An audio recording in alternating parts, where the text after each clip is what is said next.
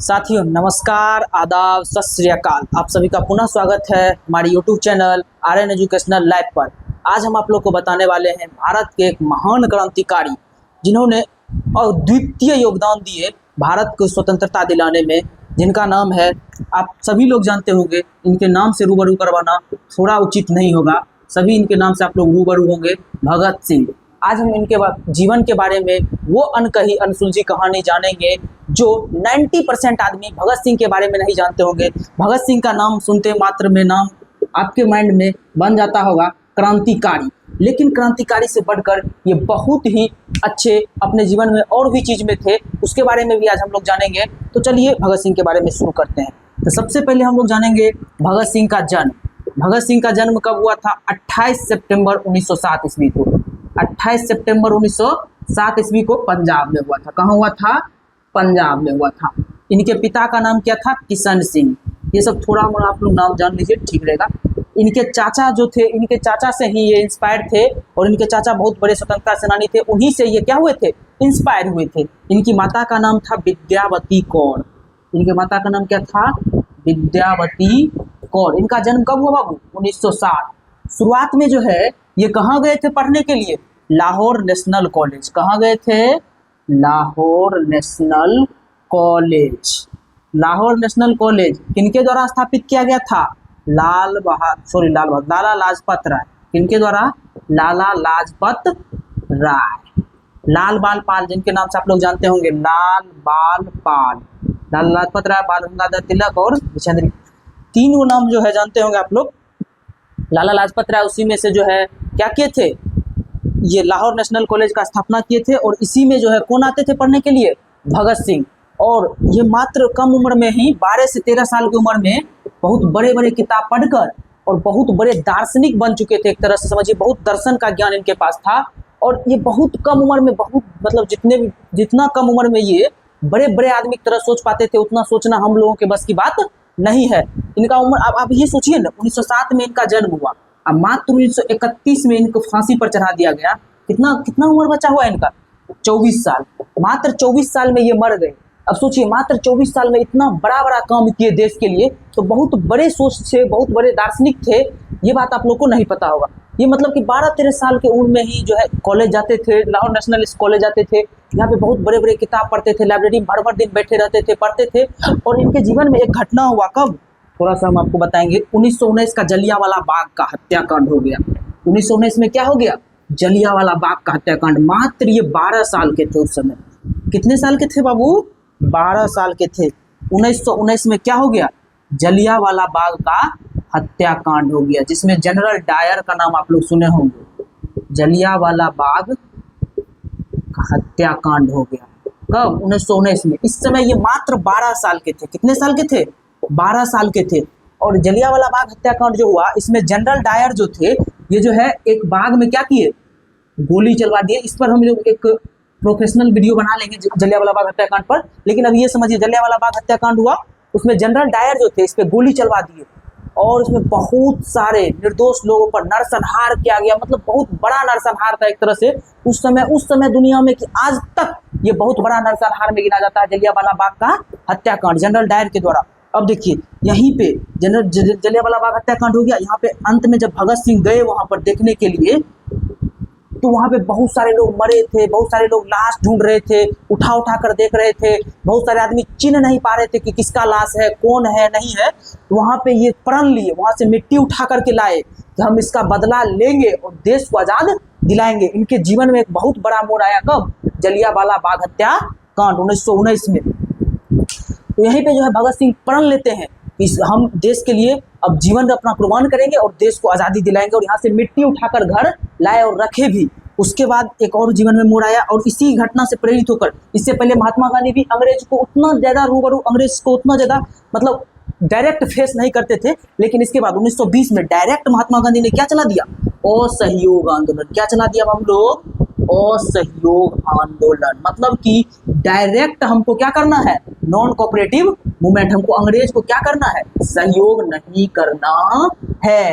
तो इसी में बहुत सारे कॉलेज वॉलेज का स्थापना हुआ, और सब चीज भारतीय, जैसे कि हम लोग आज मतलब कि भारत का बात करते हैं, भारतीयता का बात करते हैं, तो वहाँ इसमें भी क्या कहा गया महात्मा गांधी के द्वारा, आप लोग भारत में बने वस्तु का उपयोग कीजिए, भारत के स्कूल का उपयोग कीजिए, अंग्रेजों के स्कूल में नहीं जाइए।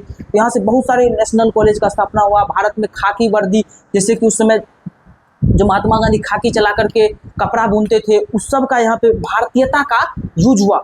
और इसमें महात्मा गांधी बोले थे अगर ऐसा चला जैसा चल रहा है तो 1 साल के अंदर हम लोग क्या हो जाएंगे, आजाद हो जाएंगे। इससे भगत सिंह बहुत इंस्पायर हुए और 1920 के असहयोग आंदोलन में अपना बहुत बड़ा योगदान भगत सिंह दिए। क्या दिए? 1920 के असहयोग आंदोलन में ये भी डायरेक्ट, उस समय मात्र कितने उम्र के थे बाबुल, 1907 में इनका जन्म हुआ और 1920 13 साल में ही ये जो है भगत सिंह की महात्मा गांधी से इंस्पायर हो गए थे और असहयोग आंदोलन में खुल के साथ दिए किसका, महात्मा गांधी का। यहाँ पे आप लोग समझ गए। 1919 में जलियांवाला बाग हत्याकांड से इंस्पायर हुए, 1920 में असहयोग आंदोलन से। हुआ क्या कि 1920 में ही, कोई दिक्कत है क्या, 1920 में ही क्या हुआ कि एक स्टेशन पे जा करके पुलिस वाला को क्या किया गया, जला दिया गया। पुलिस वाले को क्या किया गया, जला दिया गया 1922 में। तो क्या हुआ, यहाँ से असहयोग आंदोलन जब वापस ले लिया गया महात्मा गांधी जी के द्वारा, ये सब आप लोग जानते होंगे, ज़्यादा हम डिटेल में बात करेंगे। तो एक स्टेशन को क्या किया गया, वहाँ पे पुलिस वाला था, उसको चारों तरफ से घेर करके उस स्टेशन को पूरा जला दिया गया। और वहीं से क्या हो गया, वहाँ से जब महात्मा गांधी को पता चला कि अब हिंसा होने लगा है असहयोग आंदोलन में, वो हिंसा के पूर्ण विरोध थे, जब हिंसा होने लगा तो महात्मा गांधी क्या किए, असहयोग आंदोलन को वापस ले लिए। जब असहयोग आंदोलन को वापस लिए तो भगत सिंह को बहुत गुस्सा चढ़ा। भगत सिंह इसको खुल करके सपोर्ट कर रहे थे, लेकिन जब असहयोग आंदोलन को महात्मा गांधी वापस लिए तो भगत सिंह को गुस्सा चढ़ा और महात्मा गांधी से अलग रास्ते पर, क्रांतिकारी वाले रास्ते पर चल दिए यहीं से। उसके बाद क्या हुआ कि HSRA, Hindustan socialist Republic association, HSRA, यहीं से वो कहाँ, चंद्रशेखर आजाद जी से मिले। यहीं पे क्या हुए, चंद्रशेखर आजाद जी से मिले। कौन, भगत सिंह। HSRA से जुड़े, ये बहुत क्रांतिकारी संगठन था एक तरह से। ये अपना मतलब लेख लिखते थे, भगत सिंह भी लेख लिखते थे उस समय, मतलब पेपर में छपवाते थे HSRA के माध्यम से। पहले ये क्या था, HRA था, हिंदुस्तान रिपब्लिक एसोसिएशन। भगत सिंह के आने से क्या हो गया, HSRA। इससे पहले एक 1925 में हो गया था काकोरी ट्रेन कांड, जिसमें राम प्रसाद बिस्मिल, अशफाक उल्लाह खान, ये सब, चंद्रशेखर आजाद, ये सब मिल करके उस समय देखिए। और सहयोग आंदोलन के बाद क्या हुआ, अंग्रेज जो है पूरा दबा दिया। भारतीय क्रांतिकारी के पास रुपया का किल्लत हो गया था, रुपया नहीं था, एक प्रति भी रुपया नहीं था, पर उसको लेख कोई छपने नहीं दिया जा रहा था, कोई भी अपना एडवर्टाइजमेंट करने के लिए कोई मतलब रुपया, बहुत दिक्कत था उस समय। जो है एक जो अशफाक उल्लाह खान थे, वो देखे कि ट्रेन में जो अंग्रेज जो है टैक्स कलेक्ट करके ट्रेन के माध्यम से ले जाते हैं दूसरे जगह अपने मतलब शहर में। तो काकोरी में क्या किया गया, ट्रेन को डकैत करके, किस लिए, रुपया लूटने के लिए ट्रेन को क्या किया गया था, ट्रेन लूटकांड के नाम से आप लोग प्रसिद्ध होंगे, उसमें से रुपया लूटने के लिए क्या किया गया, ट्रेन डकैत किया गया। लेकिन ये सब फाइनली पकड़े गए, इसमें से मात्र एक चंद्रशेखर आजाद बच गए। उसके बाद ये सब राम प्रसाद बिस्मिल, अशफाक उल्लाह खान, सबको क्या किया गया, फांसी की सजा दे दिया गया। लेकिन अब हम भगत सिंह पे आएंगे। इसी के बाद, सॉरी थोड़ा टेक्निकल इशू आ गया दोस्तों, तो पहले समझिए। हम यहाँ पे समझ रहे थे 1925 में काकोरी ट्रेन कांड हुआ, उसमें सभी को राम प्रसाद बिस्मिल, अशफाक उल्लाह खान जी को मार दिया गया, मतलब कि फांसी पे चढ़ा दिया गया, लेकिन चंद्रशेखर आजाद बच गए। इसके बाद HRA जो था, हिंदुस्तान रिपब्लिक एसोसिएशन, इसका मतलब खात्मा हो गया और इसमें आके भगत सिंह जुड़े और इसको क्या बना दिया गया, Hindustan socialist Republic association, HSRA। अब एक और बात समझिए बाबू, हम इसका एक और आपको एक तरफ और ध्यान आपका आकर्षित करेंगे हम। आप लोग जो है भारत शासन अधिनियम पढ़ते होंगे। 1919 में क्या आया था, भारत शासन अधिनियम। 1919 में आया था भारत शासन अधिनियम। इसमें कुछ कुछ रूल लाया गया था, मतलब उस रूल का भी हम डिटेल नहीं करेंगे।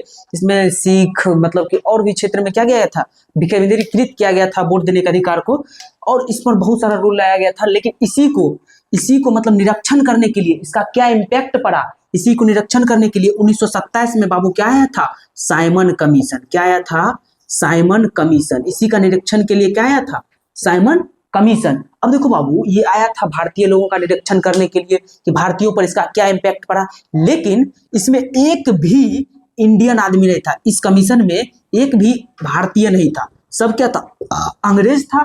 इसको पुरजोर विरोध हुआ भारतों में। तो इसको जवाहरलाल नेहरू हुए, उस समय महात्मा गांधी हुए, सरदार पटेल हुए, चाहे उसमें मोतीलाल नेहरू जी भी थे, सब पुरजोर विरोध किए साइमन कमीशन का। Simon go back, Simon go back, Simon go back, मतलब उसमें जहां भी शहर था सब जगह साइमन गो बैक का नारा लगा।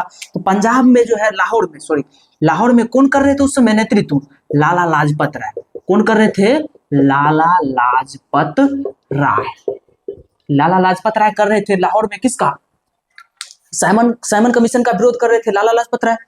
अब लाहौर में जब लाला लाजपत राय विरोध कर रहे थे, इसके सपोर्ट में थे कौन, भगत सिंह, चाहे चंद्रशेखर आजाद, चाहे SSRA के सदस्य इसके सपोर्ट में थे। किसके सपोर्ट में, लाला लाजपत राय। लाल बाल पाल, आप लोग सुने होंगे, लाला लाजपत राय, बाल गंगाधर पाल, ये सब क्या थे, गरम दल के नेता थे।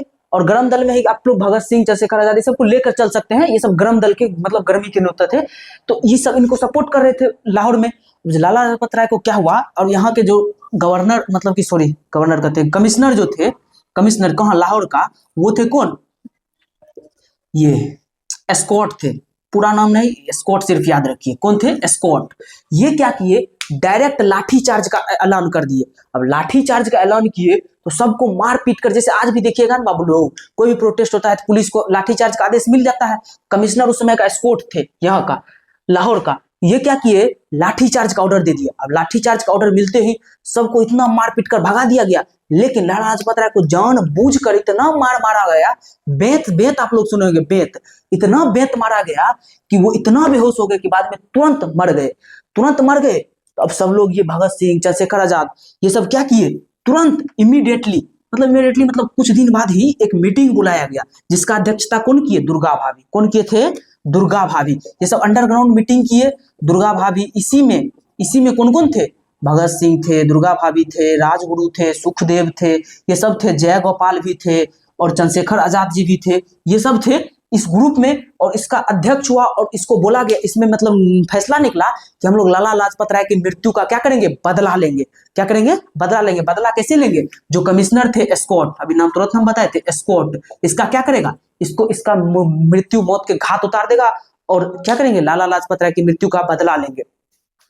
अब देखिए बाबू लोग, यहाँ से जो मतलब कि सब चीज नियम कानून बन गया, कौन क्या करेगा। जैसे कि राजगुरु इसमें दिशा निर्देश तय किए। भगत सिंह को क्या करना था, भगत सिंह को वहां पे जाके गोली मारना था। जय गोपाल को चिन्हित करना था। मतलब ये लोग 2-3 दिन तक कमिश्नर का आगे पीछे किए।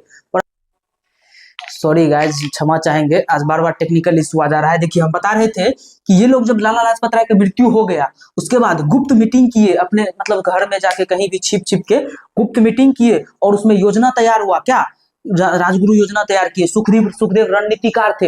अब एक वीडियो में अब बस सुखदेव के बारे में बता देंगे बाबू, बहुत बड़े रणनीतिकार थे। अगर भगत सिंह उतना बड़ा योगदान है, भगत सिंह उतना बड़ा ओहदा प्राप्त किए हैं, तो उसमें सुखदेव का बहुत बड़ा योगदान है। तो देखिए, सुखदेव रणनीति बनाया, राजगुरु को क्या करना है, दुर्गा भाभी को क्या करना है। मारने के बाद दुर्गा भाभी भगत सिंह की पत्नी बनी। वो कैसे बनी हम बता देते हैं अभी। जैसे ये राजगुरु थे, भगत सिंह थे, सुखदेव थे, जय गोपाल को क्या किया, बताया गया कि मतलब कि ये जो एस्कॉट थे, इनको क्या करना है, चिन्हित करना है। कि जैसे जय गोपाल को मतलब 2-4 दिन ये लोग एस्कॉट का पूरा पीछा किए, विश्लेषण किए कि वो कब निकलता है, क्या करता है, नहीं करता है, उसका विश्लेषण करके।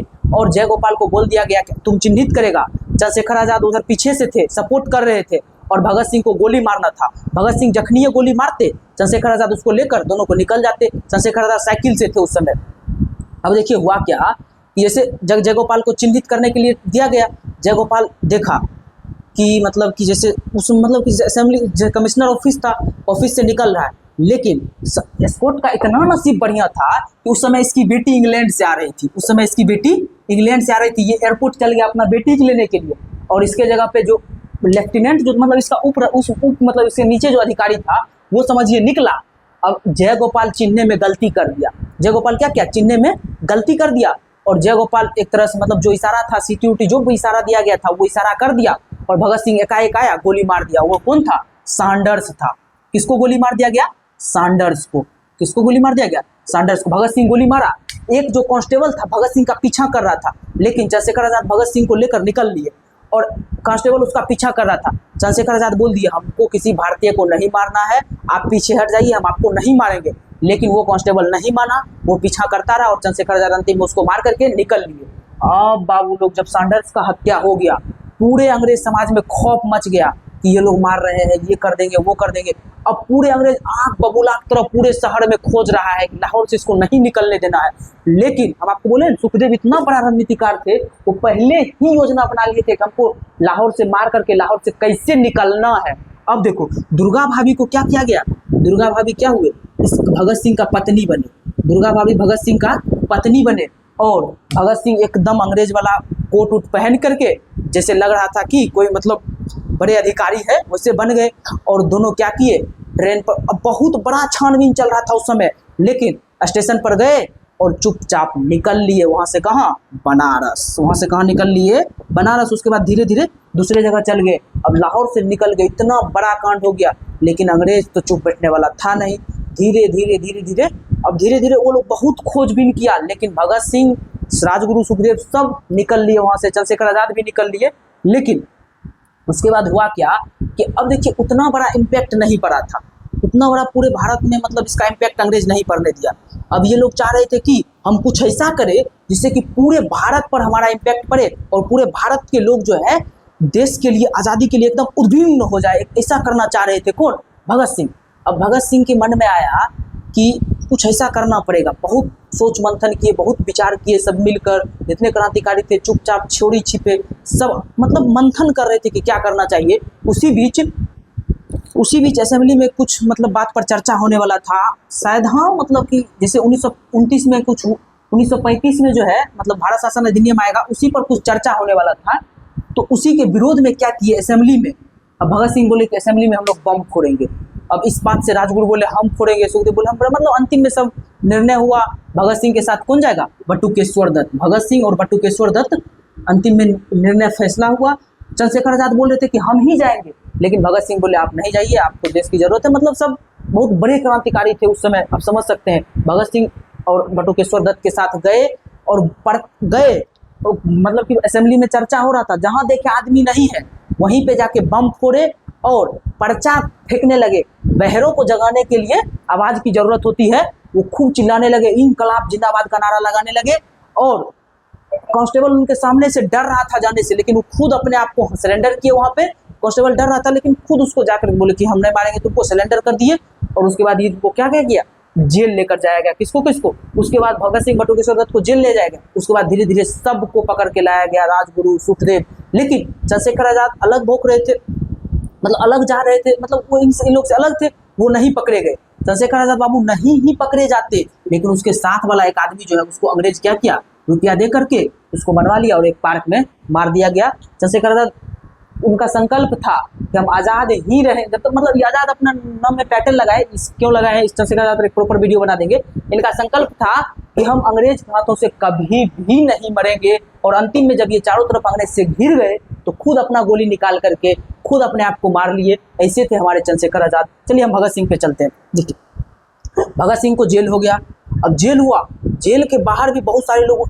अब धीरे धीरे क्या हुआ कि भगत सिंह को जब ट्रायल पे बुलाया जाता था ना कोर्ट में, अब कोर्ट वाला बात जो है पेपर में पढ़ाया जाता था, मतलब पेपर में छपता था, पूरे भारत में जाता था। तो धीरे धीरे कोर्ट में मतलब ऐसा दलील देने लगे, ऐसा बात बताने लगे कि भगत सिंह से पूरा देश इंस्पायर हो गया था। उस समय पूरा देश इंस्पायर हो गया था। महात्मा गांधी पे प्रेशर बनने लगा था कि आप लोग भगत सिंह को छुड़वाइए, चाहे जैसे हो। देखिए अब आप बहुत सारा डिबेट सुने होंगे कि महात्मा गांधी भगत सिंह को छुड़ा सकते थे, नहीं छुड़ा सकते थे। इसको हम बहुत बड़ा डिबेट है, थोड़ा सा हम आप लोग को इस पर ध्यान आकर्षित करते हैं। देखिए उस समय का हम आपको माहौल बताते हैं। महात्मा गांधी, आप लोग सुने होंगे 1931 में एक दिल्ली समझौता हुआ था। गांधी और किसके बीच में पैक्ट हुआ था? 5 मार्च 1931 को। एक बार देखिए तो 5 मार्च 1931 को गांधी इरविन पैक्ट हुआ था। शायद गांधी इरविन पैक्ट हुआ था, दिल्ली समझौता के नाम से जाना जाता है। देखिए इस समय बाबू लॉर्ड इरविन था उसमें, शायद भारत का वायसराय, उस पर बहुत ज्यादा प्रेशर था। अब देखो हम प्रेशर थोड़ा हम बताना चाहेंगे। गांधी इरविन पैक्ट हुआ था और देखो बहुत बड़ा प्रेशर था बाबू इरविन पे। लेकिन अब देखो अब थोड़ा सा हम बताते हैं।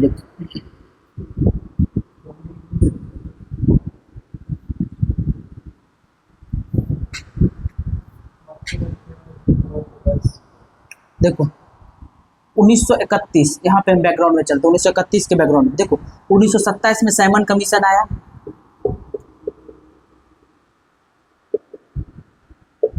साइमन कमीशन वापस, साइमन कमीशन मतलब कि एक तरह सफल नहीं होने दिया गया। ये अपना जो मंशो हुआ वो अपना निर्देश लेकर इंग्लैंड गया, इससे कोई मतलब निष्कर्ष नहीं निकला।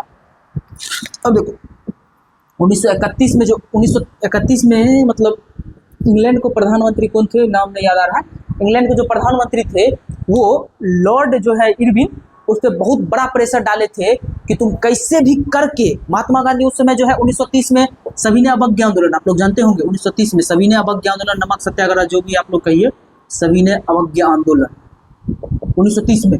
अब इससे पूरे भारत में फैल चुके थे कौन, 1930 में महात्मा गांधी पूरे भारत का एक तरह से नेतृत्व करता जो थे, कौन थे, महात्मा गांधी। 1930 में महात्मा गांधी इधर क्या कर रहे थे, सविनय अवज्ञा आंदोलन कर रहे थे। 1927 में साइमन कमीशन पुरजोर तरस मतलब कि एक तरह से बर्बाद हो गया था। जब 1930 में ये बर्बाद हो गया तो अब इंग्लैंड के प्रधानमंत्री जो थे, इंग्लैंड के प्रधानमंत्री पर विपक्ष का भी प्रेशर रहता था। विपक्ष वाला बोल रहा था अरे तुमसे तो जो है हमारे गुलाम देश है वो भी नहीं बात मान रहा है, उस पर भी तुम अपना शासन ठीक से नहीं चला पा रहा है, उस पर पूरा प्रेशर था। और वो लोग कैसे भी करके चाह रहे थे कि गोलमेज सम्मेलन, गोलमेज सम्मेलन क्या है बाबू, ये सब आप लोग पढ़े ही होंगे। गोलमेज सम्मेलन में महात्मा गांधी आ जाए, कैसे भी करके वो चाह रहे थे कि आ जाए। और 5 मार्च 1931 को इसीलिए जो है क्या किए, 5 मार्च 1931 को क्या किए थे ये, मतलब कि 5 मार्च 1931 इरविन खुद महात्मा गांधी से आकर मिले थे। क्या पैक्ट हुआ था इसमें हम तुरंत अभी बताएंगे। लेकिन गोलमेज सम्मेलन में बाबू पूरा तरह से ब्रिटेन के प्रधानमंत्री को प्रेशर था कि कैसे भी महात्मा गांधी क्या आ जाए, गोलमेज सम्मेलन में आ जाए। गोलमेज सम्मेलन क्या है उस पर हम बाद में चर्चा करेंगे। द्वितीय गोलमेज सम्मेलन, देखो 3 गोलमेज सम्मेलन हुआ, 30, 31 एंड 32। कोई निष्कर्ष नहीं निकल रहा था 31, 32 में, 3 और सम्मेलन हुआ। 30 में तो कांग्रेस एगो में गया था, कौन में, द्वितीय गोलमेज सम्मेलन में, उसमें महात्मा गांधी ही गए थे। देखो 30, 31, 32 द्वितीय गोलमेज सम्मेलन हुआ। अब इसमें महात्मा बाबू 1930 में महात्मा गांधी नहीं गया।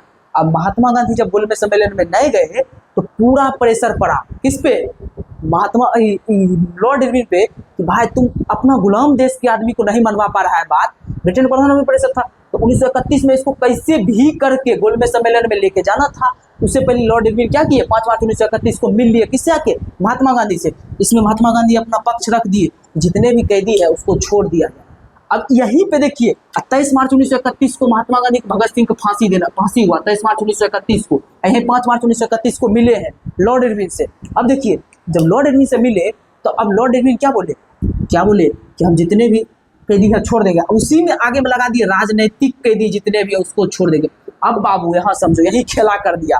खेला क्या किया कि राजनीतिक कैदी जितना है उसको छोड़ देंगे। अब समझो कैदी मतलब राजनीतिक कैदी मतलब जो हड़ताल किया, जो ये किया, मतलब जो थोड़ा प्रोटेस्ट किया, जो मतलब राजनीतिक था उसको छोड़ देंगे। लेकिन भगत सिंह तो बम फेंके थे। तो अब यहाँ पे महात्मा गांधी, भाई अपना लोग का बहुत बड़ा पेपर है, उसमें राजनीतिक नहीं समझ पाएगा। लेकिन महात्मा गांधी तो वकील थे, उनको तो पूरा बढ़िया से पढ़ना चाहिए था। महात्मा गांधी क्या थे, वकील थे, उनको पूरा बढ़िया से पढ़ना चाहिए था। लेकिन देखो महात्मा गांधी भी चाहते थे कि हिंसा नहीं हो, मतलब एक तरह से उतना बड़ा सपोर्ट नहीं थे भगत सिंह। अगर चाहते छुड़ा लेते, लेकिन वो चाह रहे थे छूट जाए, लेकिन उतना पुरजोर तरीके से नहीं चाह रहे थे कि छूट जाए। ये राजनीतिक कैदी महात्मा गांधी को तो पढ़ना चाहिए भाई, वो वकील थे। तब यहीं से क्या हुआ, इसी का 18 दिन बाद 23 मार्च को मार दिया भगत सिंह को। जब भगत सिंह फांसी पर चढ़े पूरे भारत में तगड़ा विरोध हुआ, लेकिन उसके बाद तब पर ही महात्मा गांधी चल गए द्वितीय गोलमेज सम्मेलन में। प्रेशर क्या था यहाँ पे समझे, महात्मा गांधी कैसे भगत सिंह को नहीं छुड़ा पाए। लेकिन अभी हम यहाँ पर थे कहाँ पे, लाला लाजपत राय का बदला लिया, असेंबली में बम कांड हुआ, और उसके बाद अब भगत सिंह को कैसे फांसी पर चढ़ाया गया उस पर हम लोग चर्चा करेंगे।